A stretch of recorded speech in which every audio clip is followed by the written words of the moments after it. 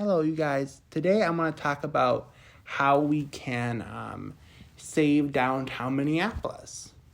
Well, downtown Minneapolis really changed after COVID and the George Floyd riots. Downtown Minneapolis is pretty much a bunch of outdated office buildings and maybe one or two apartments. Like, I lived when I was downtown Minneapolis, it's called West Downtown. And then there's another neighborhood next to me called East Downtown. East Downtown had a mix of apartments and office buildings because it was along the Mississippi River. So everyone kind of wanted to, everyone who wants to live in downtown wants to see nature. So a lot of people if they're downtown residents, they want to live along the river. And East Downtown, we call that the Mill District. The new definition for it is called the Mill District because it used to be where all the mills used to be. But now, instead of it being scary abandoned warehouses, they're now like luxury apartments. So, and then the reason why they're doing so well is because they're along the river. And that's a good thing because we want downtown Minneapolis to succeed because downtown Minneapolis used to provide hundreds of employment opportunities to disabled people like me because all the public transportation in the first ring suburbs flow into downtown Minneapolis. And when you can't drive, you have to work where there's public transportation and where the public transportation takes you. Even St. Paul, a mega city in Minnesota, and is considered like a second ring suburb of downtown of Minneapolis, has public transportation to take people to Minneapolis. Even people living in the state capital need public transportation to take you to downtown Minneapolis because before COVID, that's where the job opportunities were. St. Paul's big, but they don't have enough jobs to support everyone who lives there compared to what Minneapolis used to do. So then people from St. Paul would have to travel into downtown Minneapolis. It's just the way how Minnesota was developed by the baby boomers who built the state, after World War II. And then, so I lived in downtown West. And downtown West is between East Downtown Minneapolis / the Mill District and Lowry Park. Lowry Park is on the west edge of downtown. And they get view of the highway. And that goes around downtown. And they get view of Lowry Park. That view is beautiful because if you're staying in Lowry Park, you can see Lowry Park, and then you can see over the highway and all the hundreds of single family homes in the distance. But I like the view of the river better because the river has at least walking trails along it and stuff. And it's, to me, in my opinion, and a lot of other people's opinion, that is a better view. But a lot of people still like the view of Lowry Park, and because it's a park, and if you're above the fourth floor of an apartment building along Lowry Park, you can see over the freeway, and then you can see all the single family homes on the other side of the freeway because the freeway wraps around downtown Minneapolis, and then and it acts like a great wall of downtown Minneapolis. So one side of the freeway, you're in downtown. Another side of the freeway, you're north Minneapolis or south Minneapolis. It depends on what side you're going. So I call it the Great Wall of Minneapolis because not a lot of people like walking underneath a noisy highway to get to downtown. So it kind of deteriorates it kind of blocks a lot of the crime from coming into downtown Minneapolis. So that before, the riots happened. And now that Great Wall of Minneapolis isn't really doing so well to protect the city. So, I lived in downtown West, and downtown West is, I call it like pure office buildings. Like I lived in LaSalle Apartments, and my building was literally attached to the LaSalle Plaza. So when like you left my building, you entered LaSalle Plaza shopping area. And then you could walk through the LaSalle's shopping area to get into the elevators that would take you into the LaSalle Plaza, the office building. And then so my building, the LaSalle Apartments, was like, there was one more in that neighborhood, so there's like two. So my building was one out of two apartments in that neighborhood. So it used to be a very popular, my LaSalle Apartments used to be a very luxurious building, because where people used to pay over $2,000 a month to live in, because oh cool, I work in the LaSalle building, I could just walk out my building and boom, I'm at work. Or cool, I work in the IDS tower, I can leave my building, go up to the second floor, hop in the Skyway, walk through the Dayton building, and then boom, you're in the IDS. And so my apartment building was built for office workers, who used to like go to work in the office. And then the other apartment buildings next to St. Thomas, because St. Thomas is in it was in downtown West, the Minneapolis location. So the other apartment was connected to St. Thomas. So then like that was like 4 buildings south of me. So then college students going to St. Thomas could rent the building, the apartment units, and walk across the bridge into St. Thomas. So when people, before COVID, when people used to work in downtown, my building was luxury. Now that things have changed and, the world has to adjust to change, we can't just stay still and not adapt. Now my downtown West, where I used to live, is now not the best neighborhood, because everything's kind of gone, and Nicollet Mall only has 3 stores pretty much left: Target, Walgreens, and Dollar General. DGX means Dollar General Small. And that name always freaking irritates me, because why can they not just say Dollar General? But then the snobs of downtown Minneapolis, like, we can't have a Dollar General in our neighborhood. That's so low class.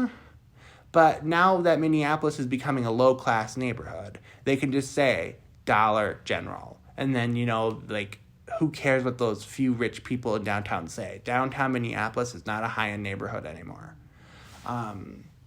At least downtown West. So just call it Dollar General, because you don't need to be high class anymore. So then, we do have like a Boost Mobile, but they're only open like half the week. They're only open or if they are open, if they can find staff, sometimes only 5 hours a day, because the Boost Mobile store is only really open when people are in that, like the Dayton building and the 801 building or the U.S. Bank building, but they're all kind of attached. They're now like they almost feel like one building. If people are not kind of like, a lot of people not there that day, so they sometimes close the store early, so that it's not, so that Boost Mobile, it's not always like reliable. So so there's not a lot of things in my neighborhood, but there's still a lot of restaurants. Like we have the Gay 90s, they're kind of like the Democrat gay bar. And then we have the Saloon, they're the Republican gay bar. And then, we have a straight person strip club. I think it's called the Rhino or something like that. I don't really know the name of it because I'm not into that shit. But it has a giant picture of a rhino. And then there's Tom's Bar. Tom's Bar is more of like a clubby place, like / sit down. You go there and you watch like your sports games. But it's not like a dancey kind of clubby thing. It's more like you drink and you cheer with other people and you talk to other people. So it's more like an old school. I call it a club because sometimes they do have like bands and stuff that go there, but they're more like rock kind of bands, or they're not. It's more like a baby boomer kind of club. Where like you just sit and you talk and you chat and blah blah. But it's called Tom's Watch Bar. So we still have like restaurants in like downtown West.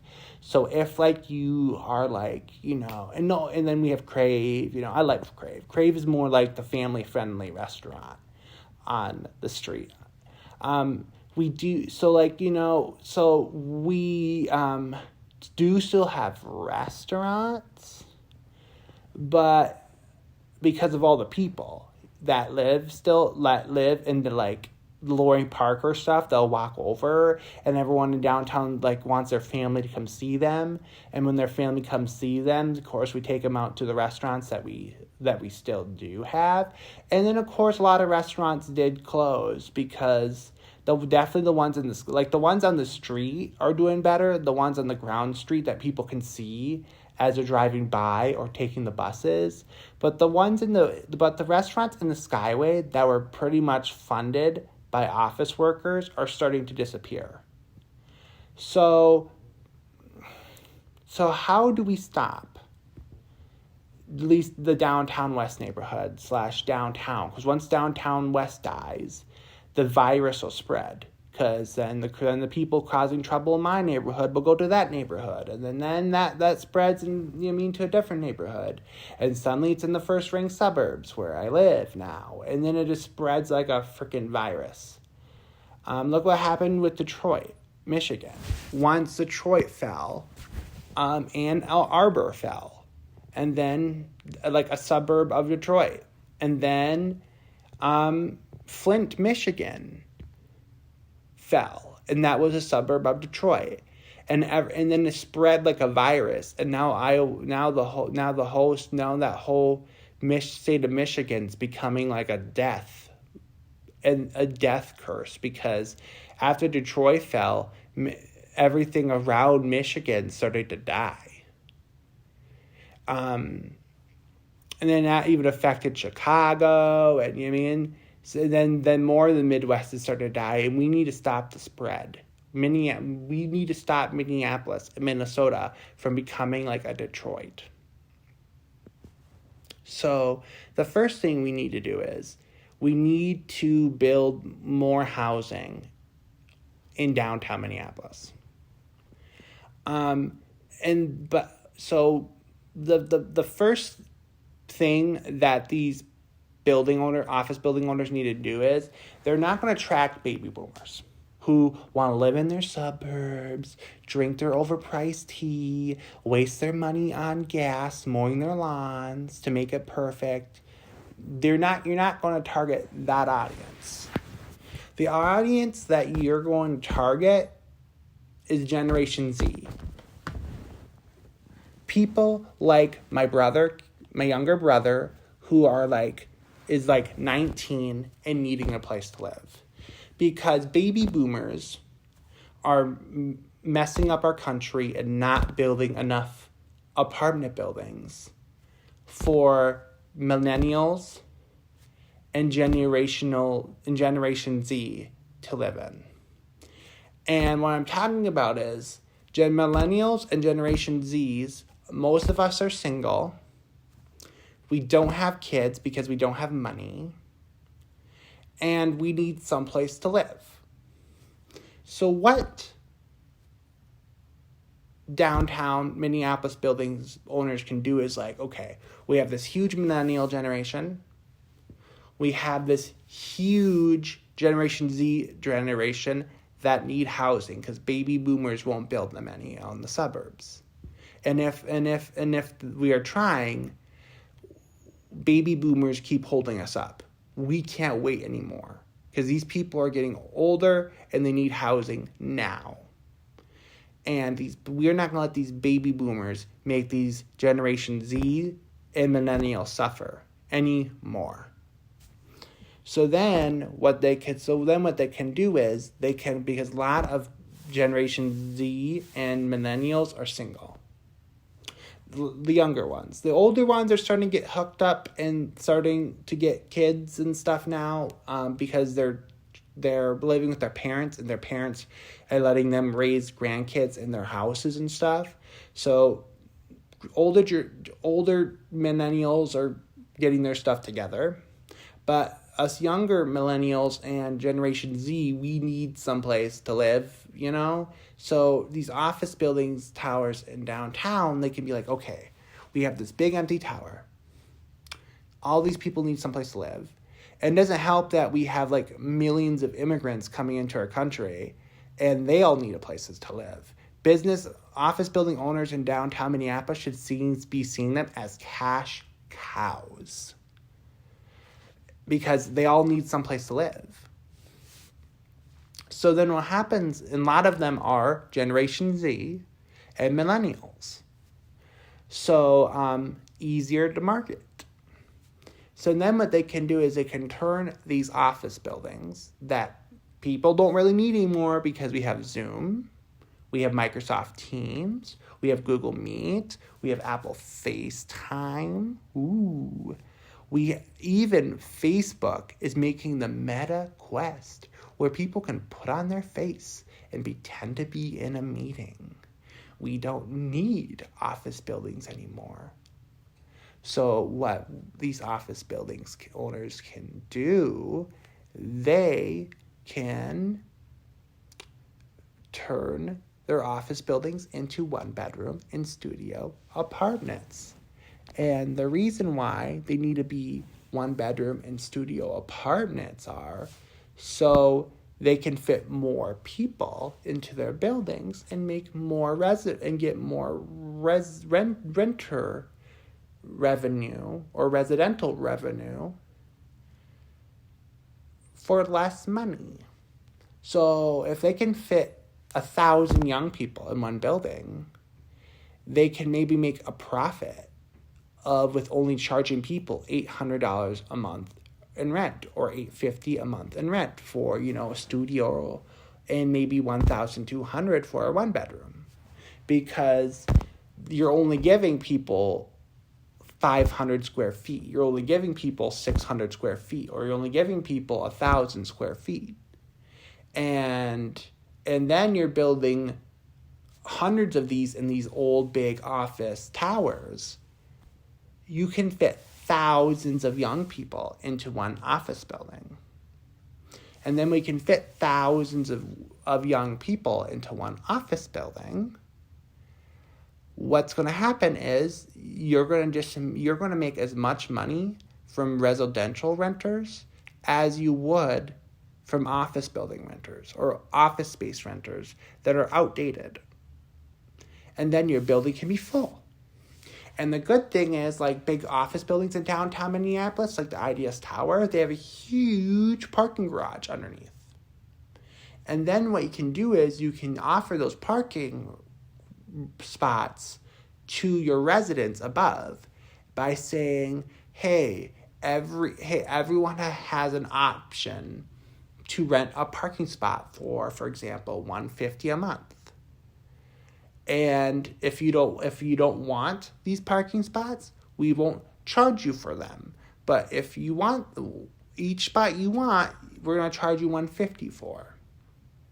And then for people like my brother Caleb, who loves to drive, he and his girlfriend can both pay $150 for each spot, and then they can keep on driving.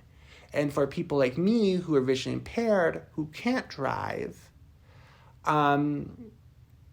I don't have to pay for a spot. So that everyone who's in downtown and living in these new office buildings who can drive, they can still have their parking.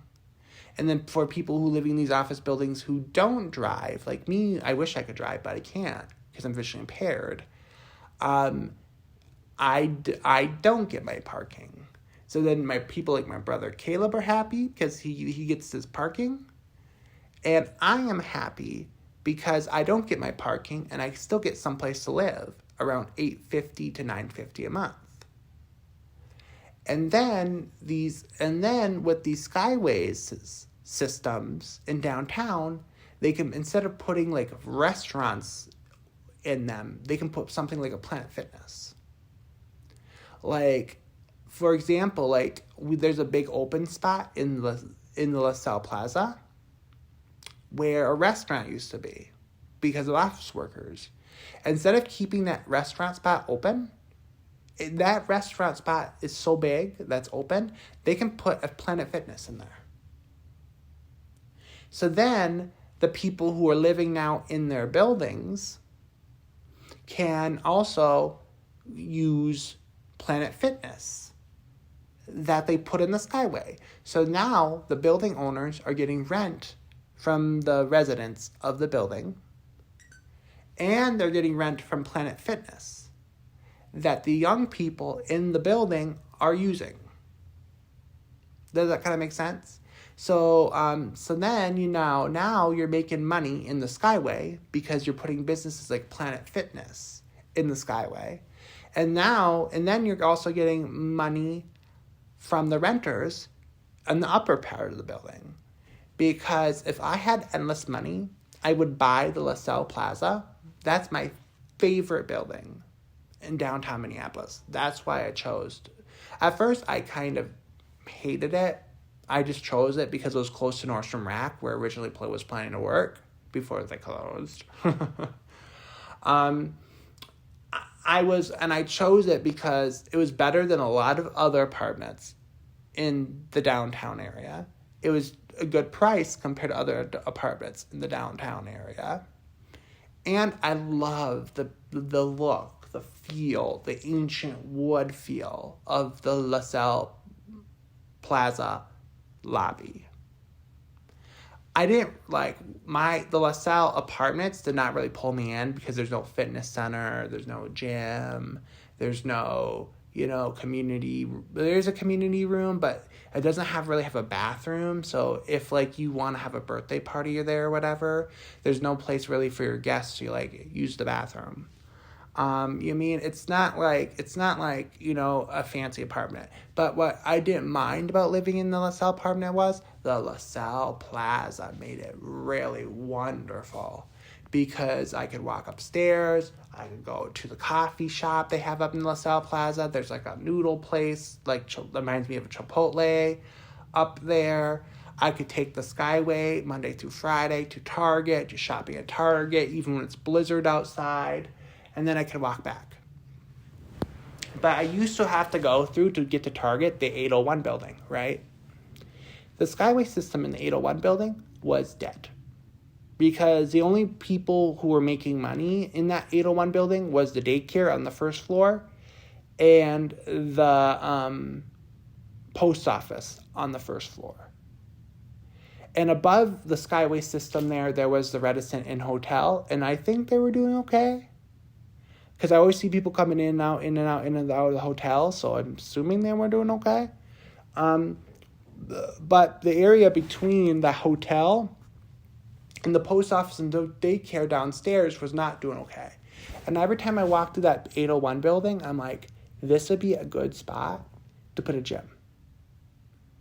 If they put, instead of having all these closed restaurants just sitting here doing nothing and wasting money and wasting space, if they just took all these old restaurants inside this building, bulldoze them away, and put a Planet Fitness here, and then they put a sign on the outside building, right by the main door by the post office, because the post office is right by the main door, and that's why the post office is always so busy, because everyone can see it. And they put a big sign right above the main door, said Planet Fitness on level 2. All these people that live in downtown who are minimum wage workers like me would easily take the Skyway during the week or take the street and then walk up and easily go to Planet Fitness. You mean? But the issue is all these baby boomers who control downtown Minneapolis are like, oh no, Planet Fitness isn't classy. Well, downtown Minneapolis isn't a classy place anymore. If you want a classy place, you go to St. Louis Park. You go to Edina. You go to Wayzata. You go to Plymouth. You go to Maple Grove. You go to Bloomington. Those are classy places because if you're paying $2,000 in rent, the Mall of America is right next to your unit in Bloomington. If you're paying around $2,000 rent in St. Louis Park, there's a major strip mall right there. If you're paying over $2,000 a month in Edina, there is the Southdale Mall and all the high-end strip malls around Southdale Mall right there. If you're staying in Wayzata, you have the Richdale Mall, and you can just walk out your door and Richdale's right there. You mean that's in Plymouth? You have the White Plymouth. It's not really a big shopping town, but they have multi-million-dollar homes there, or next to parks and trails, and they have the Wayzata High School. That's like rich for families, and that's classy. Downtown Maple Grove has a lot of apartments for seniors, and to live in, and there it's less than a mile to walk to the mall. You mean? That is fancy. Downtown Minneapolis anymore is outdated, it's old, it needs upgrades. So if you're a business owner and you put a Planet Fitness in your building, that's an update, and that's better than no business. And then young people like me who are living in downtown Minneapolis, we would go to your building and go to the Planet Fitness. So, you mean? And then, so that was a good area to put a Planet Fitness. And every time I'm taking the Skyway, I'm like, oh, this can be a dental office. This could be a clinic. They can have Fairview, put a clinic here. They could have a lineup, put a clinic here. Or they could have, you know what I mean? So, these office buildings need to turn into apartments. And then they need to put, everyday people stuff in the Skyway. The one thing I wished that when I was living in the LaSalle Plaza that I had was a gym. So if Snap Fitness came in and took over the old Capital One Grill spot and said, oh cool, we're going to add some treadmills and all that stuff, I would have easily signed up for that membership.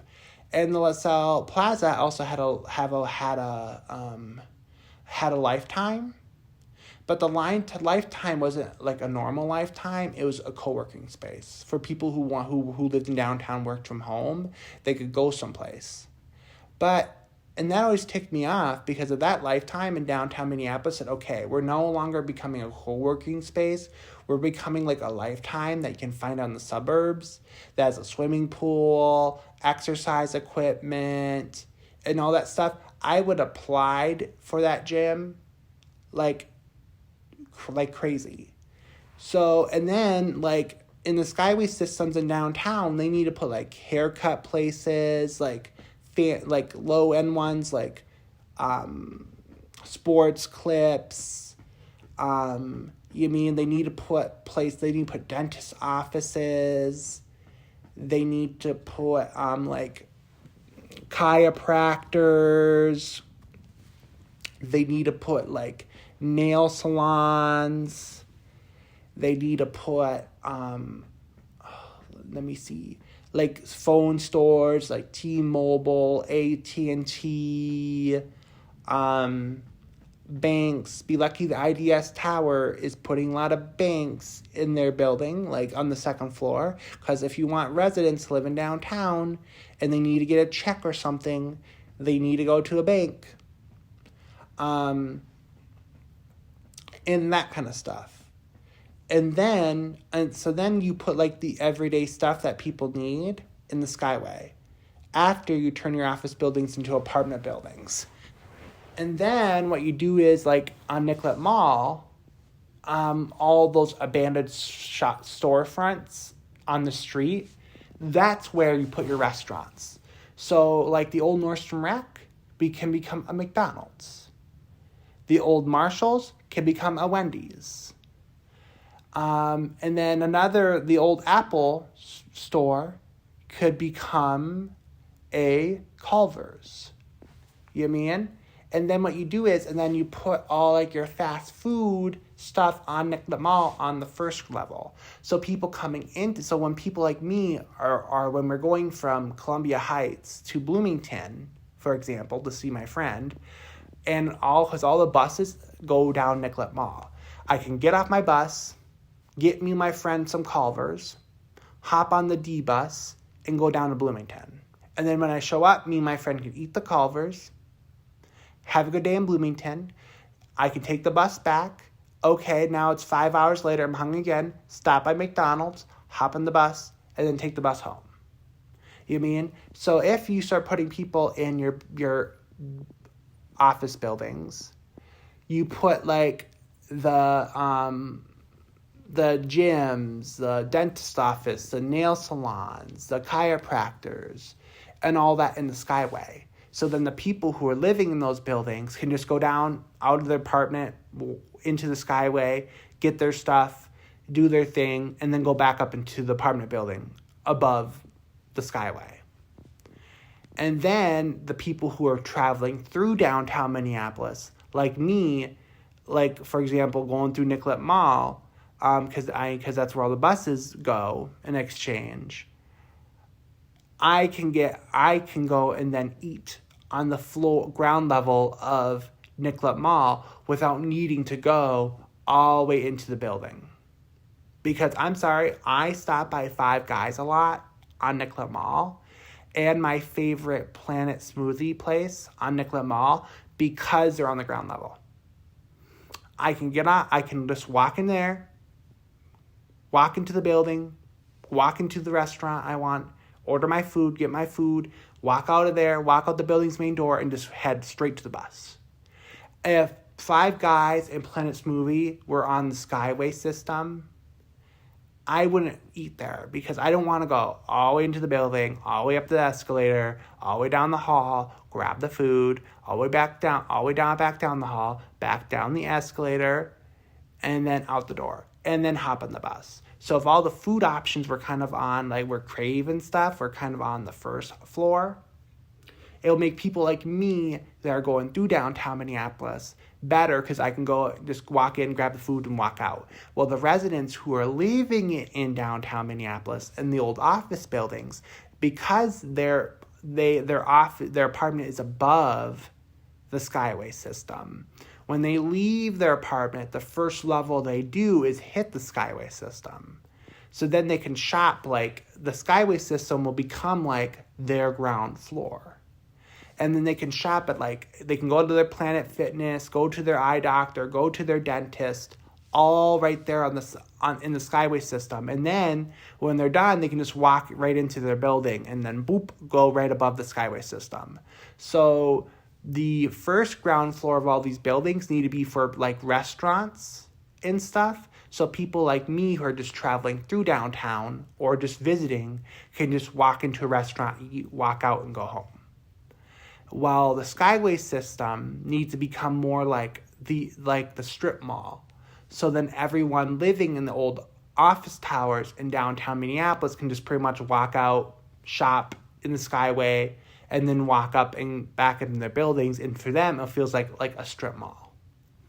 So if downtown does this kind of stuff, it will actually say downtown. And then they need to put, once they convert these into apartment buildings, they need to push these ads on Instagram, Snapchat, and TikTok, and YouTube Shorts. They need to make lots of YouTube Shorts.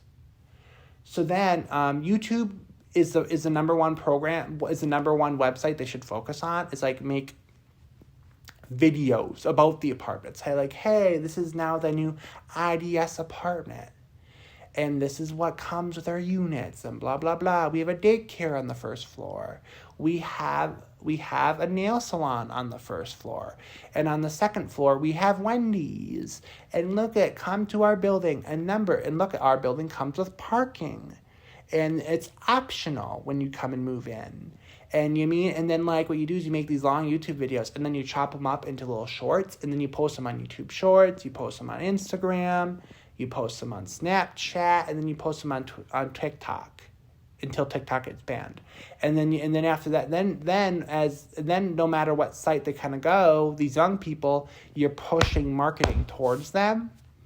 And then they're like, cool, Mom, Dad, I want to check out this cool building. And then they show up, they show up to the new IDS apartments. And they look around, or the new LaSalle Plaza apartments. And they look around, and they're like, oh, cool, look at this. They have a Planet Fitness here. They have a dentist here. They have a Vision Works here. And they have my cell phone carrier, AT&T, yay! And they have my bank. And then look at Mom and Dad, it comes with parking, and if I want it, and and then the next thing you know, they're interested, and next thing you know, you have 500, 600 Generation Zs and millennials young millennials like me, moving into your building. So the reason why I moved out downtown West was because I felt like there's all this skyway space that no one's taken advantage of. I complained to these office buildings on Instagram. I literally tagged the IDS Tower saying, hey, that'd be nice if the Nordstrom Rack turned to, a daycare. And and then a lot of parents in downtown would like it. And then I would say, hey, I'll tell the city center, and I'll tag them on, Twitter and stuff. Hey, that'd be nice if the old Marshall store was turned into a Culver's. And then then I would go eat there and blah, blah, blah. Even the office tower people don't respond. I didn't expect them to respond because, the person who owns city center probably owns, 30 other buildings. But even the Dayton project, I told them, hey, maybe turn the first floor into, a food court full of, African-American food and, whatever. No changes. Not even a response back, oh, yeah, we're talking the city and blah, blah, blah. It just felt like downtown, the building owners in downtown Minneapolis want the city to fail. They want the city to fail because... instead, it's you own the building. You don't have to you have to go to Mayor Jake Fry and ask for the patents, right? Hey, can we add kitchen here or blah blah blah, right? You have to go ask for the patents. But you don't have to Mayor Jake Fry, please tell us what to do. No, you own this building, make damn money, and to make damn money, you have to take the initiative to say, okay, we own this building. Young people need places to live. Let's do this shit. And then you go to the banks and you say, hey, banks, look at this many people in this generation need housing. We have this many homeless people in downtown Minneapolis that are living in tents in South Minneapolis because they're working and they can't find a house to stay in. And you show that statistics to the bank. And if we build housing like this with rents anywhere between $850 a month and $1,200, all these people that are working and need a place to live, they can afford our unit and move in. And then we'll make money. And then once they're here, they'll need a place like Planet Fitness to work out at during the winter. And then we can put someplace like a Planet Fitness in the skyway system of this building. And then we're getting money from the Planet Fitness. We're getting money from the apartment units. And then we can pay you back the loan. And also, you can also tell them, as long as baby boomers are alive, there's not that many apartments coming up in the suburbs. So these young people are going to be forced to move into these buildings, because if baby boomers in the suburbs don't build anything, they're going to have nowhere to live. But us. So because we're going to be their only options, because the baby boomers out in the suburbs are not building them any housing, they're going to force to live here. So no matter what, if they like it or not, we're going to get customers. So then, you can tell that to the bank. And then the bank, can give you the loan because there is proof to be profits. And then because you have to think long term. And then, boom, downtown Minneapolis is saved. People are going to come down and visit their friends. People like me are going through downtown Minneapolis will eat at all the new restaurants on Nicollet Mall, even if they're fast food, because I'm addicted to make fast food. You know what I mean? And a bunch of thousands of other people, because this is America. You know what I mean? And then people can live in the buildings and they'll invite their friends, and they're now, next thing you know, their friends are like visiting downtown, eating at all the restaurants on the first level. You mean it's all this opportunity that like when I come out here to Columbia Heights is old building, knock it down, put an apartment, or put a mom and pop business there. You mean it's Columbia Heights? There's an old there's an old Sleep Number building that's been knocked down because now Sleep Number has a bigger building in Blaine. So the city literally has a poster on the construction site saying, "What do you want us to do with this building?" And I told the city of Columbia Heights, put a damn community center there because the city needs a damn community center. And I put it on Twitter and Instagram. But does the city respond? No. If the city actually wants young people's input, they will put a community center there that has a walk-in, like a all-seasons gym, a walking track, an indoor playground, because Columbia Heights is a kid-friendly area, and it'll be nice to play. Have kids someplace warm to play in the winter. And if there's room, maybe a community pool. And then that community center will definitely make money because all the people living in Minneapolis who don't have access to a swimming pool and stuff would actually take the bus to downtown Minneapolis, hop on the 10 bus, and come, boom, right to the Columbia Heights Community Center and spend all their hard-earned money at the Columbia Heights Community Center. And our community center here in Columbia Heights, because it'll be right on the bus line, will make a shit ton of money like the one in Maple Grove does. And then we can use that money to invest in other parts of the city.